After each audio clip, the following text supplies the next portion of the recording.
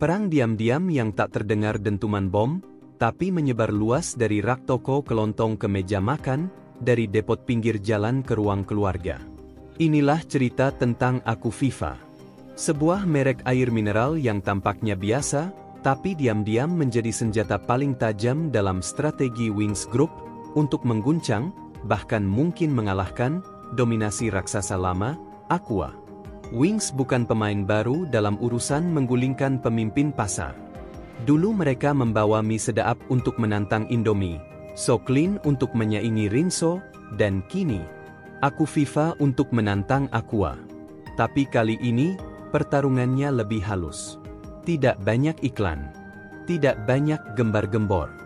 Hanya hadir, lalu menyebar, seperti air yang merembes masuk ke celah yang paling rapuh.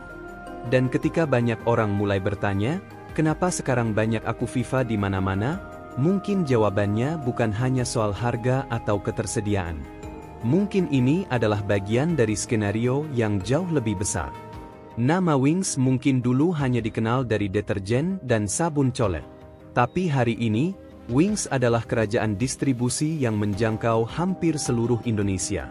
Dari produk pembersih, makanan instan, sampai air minum, Wings tak hanya menjual barang, mereka membangun sistem. Mereka tahu satu hal penting dalam dunia konsumen menengah ke bawah, siapa yang paling mudah dijangkau, dialah yang dibeli. Dan dalam dunia distribusi, Wings adalah rajanya. Mereka punya ribuan truk, puluhan ribu outlet, dan jaringan yang nyaris tak terputus. Ketika Wings memutuskan masuk ke bisnis air minum, mereka tidak melangkah sebagai pemula. Mereka melangkah sebagai penyerang yang sudah hafal medan. Aquaviva bukan eksperimen. Ia adalah strategi. Sebuah merek yang diluncurkan bukan untuk menyaingi Aqua dalam hal reputasi, tapi untuk merebut apa yang lebih penting, akses pasar.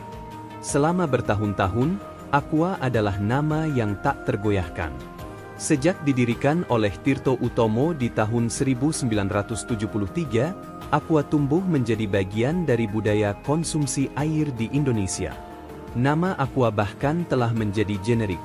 Orang tidak berkata, air mineral, mereka berkata, Aqua.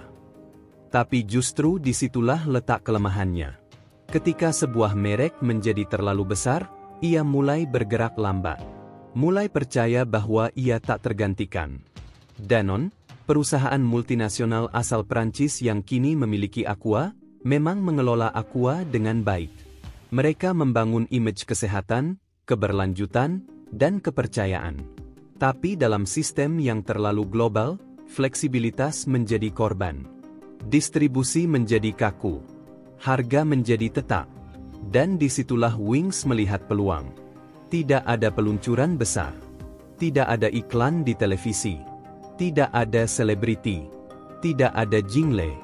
Aquaviva muncul begitu saja. Tiba-tiba ada di warung. Tiba-tiba ada di depot. Tiba-tiba ada di meja makan. Banyak orang pertama kali melihat Aquaviva dengan rasa penasaran. Ini merek apa? Kok logonya biru? Harganya lebih murah? Dan di banyak tempat, itu cukup. Dalam kondisi ekonomi yang makin sulit, selisih Rp2.000 bisa membuat keputusan berbeda. Apalagi jika airnya terasa sama. Bening, dingin, menyegarkan. Tanpa harus meyakinkan lewat iklan, Aquaviva meyakinkan lewat kehadiran. Salah satu gebrakan Aquaviva adalah penggunaan galon sekali pakai. Tidak perlu deposit. Tidak perlu tukar galon. Tinggal beli, pakai, buang. Bagi banyak konsumen, ini sangat praktis. Terutama mereka yang tinggal di kos, kontrakan, atau daerah pinggiran. Tapi di sisi lain, muncul kritik. Masalah lingkungan. Sampah plastik. Penggunaan galon yang langsung dibuang. Namun Wings tahu, banyak konsumen hari ini lebih peduli pada harga dan kenyamanan daripada isu keberlanjutan yang bersifat jangka panjang. Dan jika permintaan tinggi, siklus ekonomi akan terus berjalan, meski kadang mengorbankan idealisme. Satu keunggulan Wings dibanding banyak perusahaan lain adalah, mereka tidak butuh spotlight. Tidak perlu tampil mencolok, selama produk mereka sampai ke tangan konsumen. Akuviva menjadi contoh sempurna.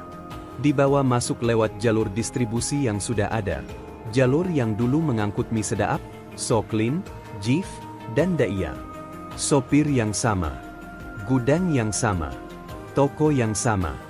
Dengan satu produk baru, Wings memperluas kerajaannya tanpa menambah beban operasional. Dan depot air menjadi salah satu titik utama.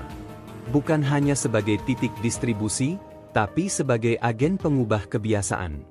Bagi banyak orang, depot air hanyalah tempat isi ulang.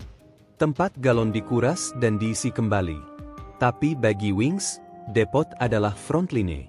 Garis depan di mana pertempuran merebut pasar terjadi. Akuviva tidak masuk ke rumah-rumah lewat iklan, tapi lewat rekomendasi dari penjaga depot. Saat pelanggan bertanya, "Bu, ada aqua?"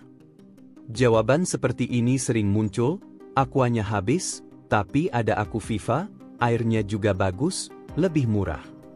Dan pelanggan yang mencoba sekali, seringkali kembali lagi. Itulah kekuatan rekomendasi informal. Lebih kuat dari billboard. Lebih berpengaruh dari influencer. Dalam bisnis air, selisih Rp1.000 bukan hal kecil. Bagi banyak keluarga, itu adalah selisih yang dikalikan 4 galon per minggu, 16 galon per bulan. Akuviva tahu itu. Dan mereka tahu, harga adalah senjata yang tak bisa dilawan oleh logika loyalitas merek. Dengan biaya distribusi yang lebih efisien dan sistem produksi lokal, Akuviva mampu menekan harga, tanpa menurunkan citra kualitas secara mencolok. Dan Wings membiarkan harga itu bermain fleksibel di tangan penjual. Tanpa harga eceran tetap yang mengikat. Tanpa aturan ketat. Artinya, toko dan depot bisa mendapat margin lebih besar. Dan itu menciptakan insentif alami untuk lebih memasarkan Akuviva.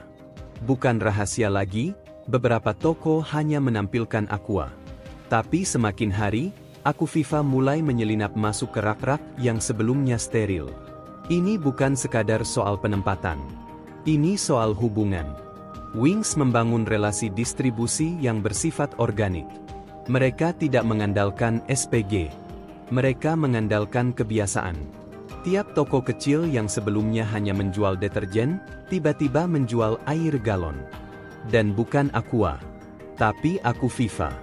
Lama-lama, kehadiran itu menjadi wajar. Dan di titik tertentu, wajar menjadi kebiasaan baru.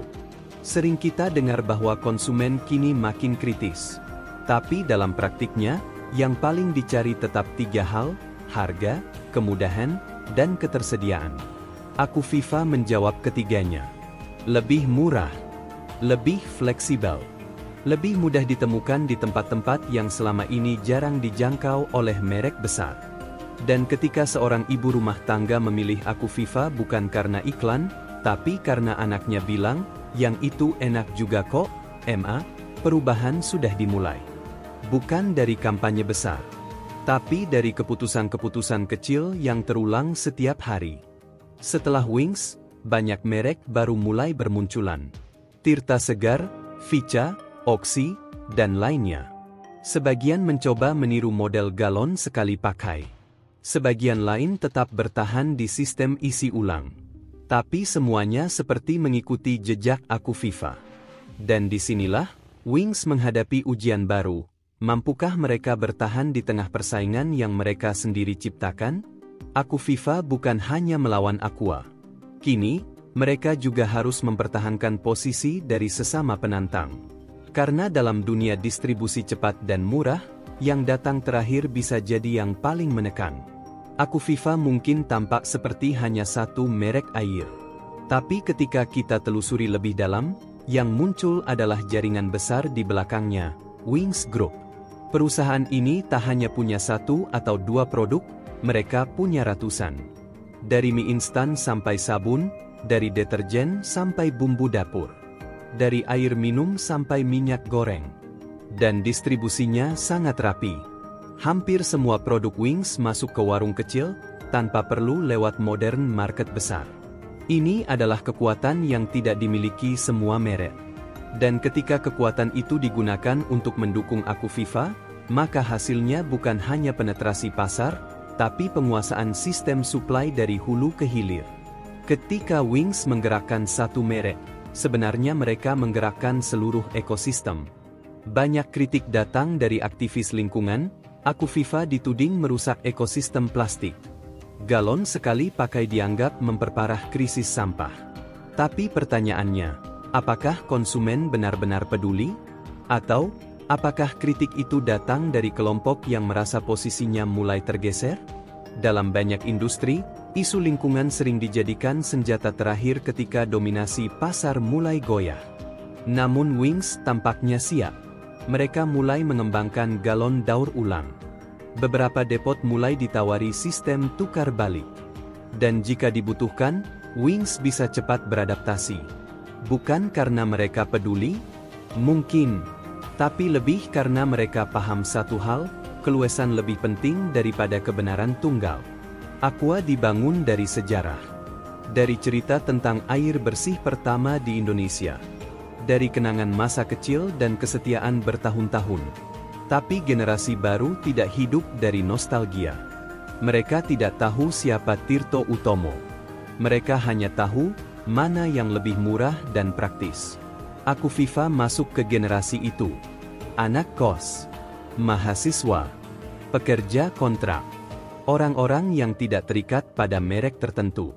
Yang siap berpindah kalau harganya beda 1000. Dan Wings tahu, jika generasi ini bisa dibentuk dari sekarang, maka merek ini akan bertahan lebih lama dari yang kita kira. Satu fenomena menarik adalah tumbuhnya agen dadakan. Orang-orang biasa yang mulai jualan Akuviva dari rumah. Bukan depot resmi. Bukan agen distributor. Cukup punya motor, WhatsApp, dan freezer. Mereka bisa beli 10 galon, jual ke tetangga, ambil Marin 2.000.3.000 rupiah. Distribusi yang dulunya dikendalikan korporasi besar, sekarang bisa dilakukan siapa saja. Dan Wings membiarkan ini terjadi. Mereka tidak membatasi. Mereka tidak menertibkan. Karena mereka tahu, semakin banyak tangan yang menjual Akuviva, semakin kuat posisi mereka. Inilah demokratisasi distribusi. Air yang tadinya elitis, kini menjadi alat pemberdayaan ekonomi kecil-kecilan. Aqua tidak tinggal diam. Mereka mulai menguatkan distribusi, mengeluarkan promo, menurunkan harga. Tapi masalahnya bukan hanya kompetitor. Masalahnya adalah, pasar sudah berubah.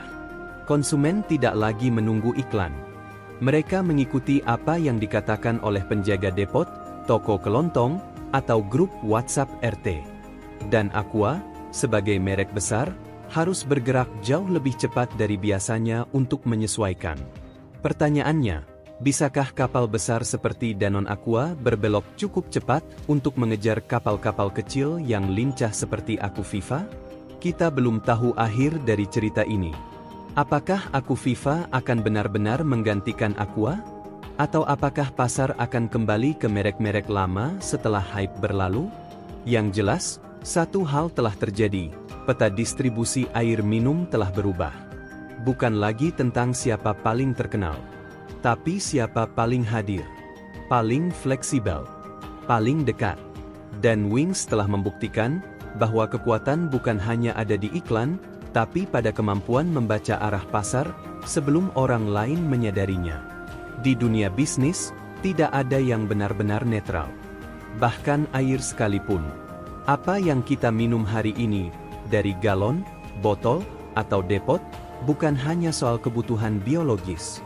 Ia adalah bagian dari strategi, dari narasi, dari kekuatan distribusi dan permainan harga. Akuviva bukan hanya merek air.